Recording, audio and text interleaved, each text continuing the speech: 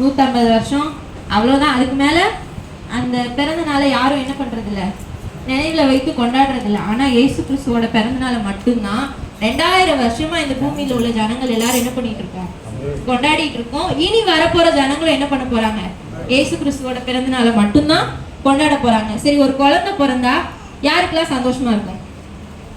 அந்த குடும்பத்துல உள்ளவங்களுக்கு, அவங்களோட நண்பர்களுக்கு, அவங்கள தெரிஞ்ச எல்லாருக்கும் என்னவா இருக்கும், சந்தோஷமா இருக்கும். ஆனா வேதவசனம் சொல்லுது, இதோ எல்லா ஜனங்களுக்கும் மிகுந்த சந்தோஷத்தை உண்டாக்கும் நற்செய்தி. அந்த நற்செய்தி என்ன அப்படின்னு பார்த்தோம்னா, இயேசு கிறிஸ்துவோட பிறந்த நாள். யாரோட பிறந்த நாளும் எல்லா ஜனத்துக்கும் சந்தோஷத்தை உண்டாக்கும் அப்படின்னு நம்ம என்ன பண்ண முடியாது, சொல்ல முடியாது. ஆனா ஒருவரோட பிறந்த நாள் மட்டும் இந்த பூமியில எல்லா ஜனங்களுக்கும் மிகுந்த சந்தோஷத்தை கொண்டு வந்தது. அது இயேசு கிறிஸ்துவோட பிறந்த நாள் மட்டும்தான்.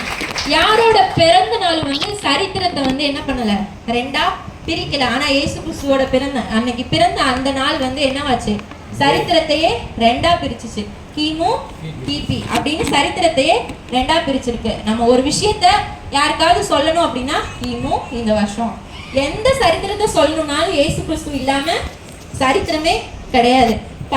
இயேசு கிறிஸ்து பிறக்கிறதுக்கு முன்னாடி சும்மா சாதாரணமா இயேசு கிறிஸ்து பிறக்கல. எவ்வளோ தீர்க்க தரிசனங்கள் இயேசு கிறிஸ்துவுக்காக சொல்லப்பட்டிருக்கு.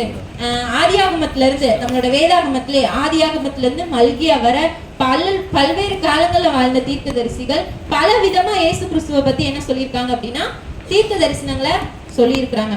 அந்த தீர்க்க தரிசனங்கள் அத்தனை நிறைவேறுதலாக தான் இயேசு கிறிஸ்து இந்த பூமியில பிறக்கிறாரு. சாதாரணமா பிறக்கல. இயேசு கிறிஸ்துவுக்கு முன்னாடி ஒரு 400 வருஷம் இந்த பூமியே இருண்ட காலம் அப்படின்னு சொல்லப்பட்டிருக்கு. மல்கியாவுக்கும் மத்தேயுவுக்கும் இடைப்பட்ட அந்த 400 வருஷ காலம் பரலோகத்துக்கும் பூமிக்கும் எந்த விதமான தொடர்புமே இல்லாம இருந்துச்சு.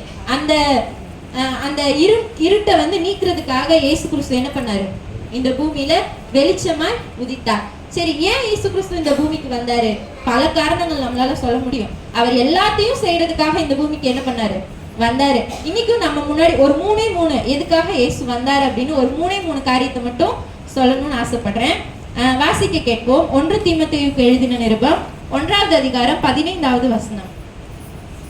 1 தீமோத்தேயு 1:15. யாரை ரட்சிக்க வந்தார்?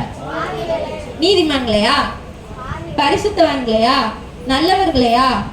இல்ல, பாவிகளை தேடி யார் வந்தா? இயேசு கிறிஸ்து இந்த பூமிக்கு வந்தார். நம்மளும் இயேசு கிறிஸ்து மட்டும் உங்களையோ என்னையோ தேடி வராம இருந்திருந்தா நம்மளோட வாழ்க்கை எப்படி இருந்திருக்கும்?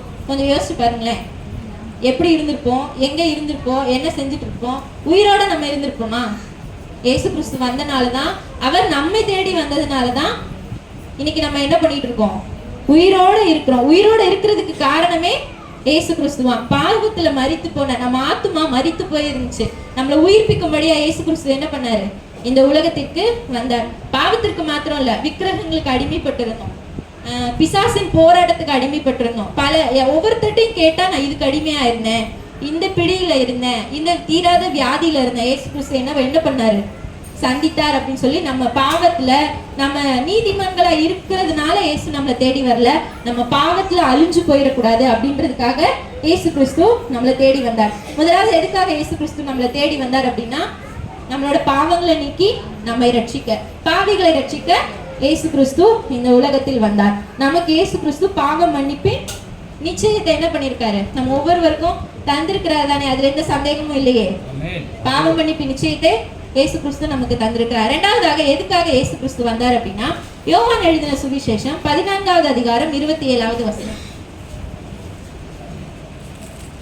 யோவான் எழுதின சுவிசேஷம் 14வது அதிகாரம் 27வது. சமாதானத்தை உங்களுக்கு வைத்து போகிறேன்,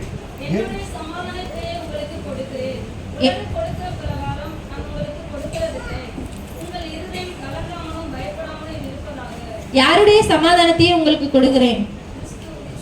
இயேசு கிறிஸ்துவோட சமாதானத்தை அவர் யாருக்காக கொடுத்திருக்கிறார்?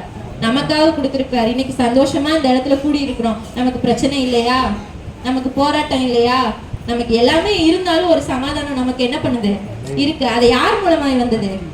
இயேசு கிறிஸ்து மூலமாய் நமக்கு வந்திருக்கிறது. உலகம் கொடுக்கிற பிரகாரமாய் அல்ல.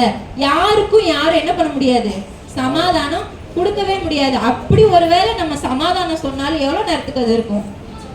ஒரு நாள், கொஞ்ச நேரம், ஒரு நாள், மிஞ்சி போனா ஒரு வாரம், அந்த வார்த்தையை நினைச்சிட்டு இருப்பாங்க. அதுக்கப்புறம் அந்த பிரச்சனை, அந்த போராட்டம் அவங்க என்ன பண்ணும், ஆளுகை செய்யும். ஆனா இயேசு கிறிஸ்து சமாதானத்தை தருவார். ஆனால் அது நித்தியமான சமாதானமா இருக்கு. இந்த உலகத்துல இருக்கிற நாள் ஃபுல்லா அவரை நினைக்கும் போது நம்மளோட உள்ளத்துல சமாதானம் தான். அவர் தருகிற சமாதானம் மாத்திரம்தான் நிரந்தரம். ஒருவேளை சமாதானத்தை தேடி இந்த உலகத்துல நம்ம ஒருவேளை டிவி பார்க்கலாம். எவ்வளவு நேரம் டிவி பார்ப்போம்? எவ்வளவு நேரம் நம்மளால பார்க்க முடியும்? மொபைல் போன் நோண்டலாம். எவ்வளவு நேரம் நோண்ட முடியும்? அந்த சந்தோஷம் ரொம்ப நேரம் என்ன பண்ணாது, நீடிக்காது. அது நமக்கு சமாதானத்தை தராது. பாக்குற வரை ஏதோ கொஞ்சம் ரிலீஃபா இருந்த மாதிரி இருக்கும். பார்த்து முடிச்சதுக்கு அப்புறம் அதே பிரச்சனை, அதே போராட்டம், அதே குழப்பம் நம்ம மைண்ட்ல என்ன பண்ணுவோம் இருக்கும். ஆனா இயேசு கிறிஸ்து உங்களுக்குள்ள இருப்பாரே ஆனால் அவர் உங்களுக்கு சமாதானத்தை கொடுத்தார். ஆனால் உலகம் கொடுக்கிற பிரகாரமாய் அவர் உங்களுக்கு சமாதானத்தை கொடுக்கிறது இல்லை. அவரோட சமாதானத்தை நமக்கு தந்திருக்கிறார். அவர் யாரு அப்படின்னா ஏசாயா 9:6 சொல்லப்பட்டிருக்கு, அவர் சமாதான பிரபு என்று சொல்லப்பட்டிருக்கிறது. சமாதான பிரபுவாகி அவர் நமக்கு சமாதானத்தை தர அவர் இந்த பூமிக்கு வந்தார். மூன்றாவதாக யோவான் எழுதின சுவிசேஷம் 3வது அதிகாரம் 16வது வசனத்தை வாசிக்க கேட்போம். யோவான் எழுதின சுவிசேஷம்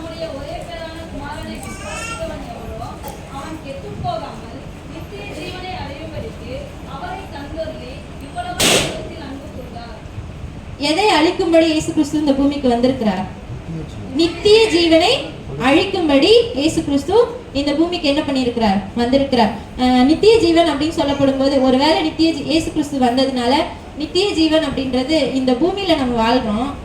இயேசு கிறிஸ்துவ அறியாதவர்களோட வாழ்க்கை எப்படின்னா, இந்த மரணத்துக்கு அப்புறம் அவங்க எங்க போவாங்கன்னு அவங்களுக்கு தெரியாது. பரலோகம் போவாங்களா, நரகத்துக்கு போவாங்களா, அவங்களுக்கு அதை குறித்த கவலை இல்லாமல் வாழ்ந்து கொண்டிருக்கிறாங்க. ஆனா நமக்கு ஒரு நம்பிக்கை ஆண்டவர் தந்திருக்கிறார். இம்மையில நம்ம கிறிஸ்துவுக்குள்ள இருந்தா அவருக்குள்ள நம்ம மரிப்போமே. ஆனால் இங்க கண்ணை மூடும் போது நம்ம எங்க போவோம்?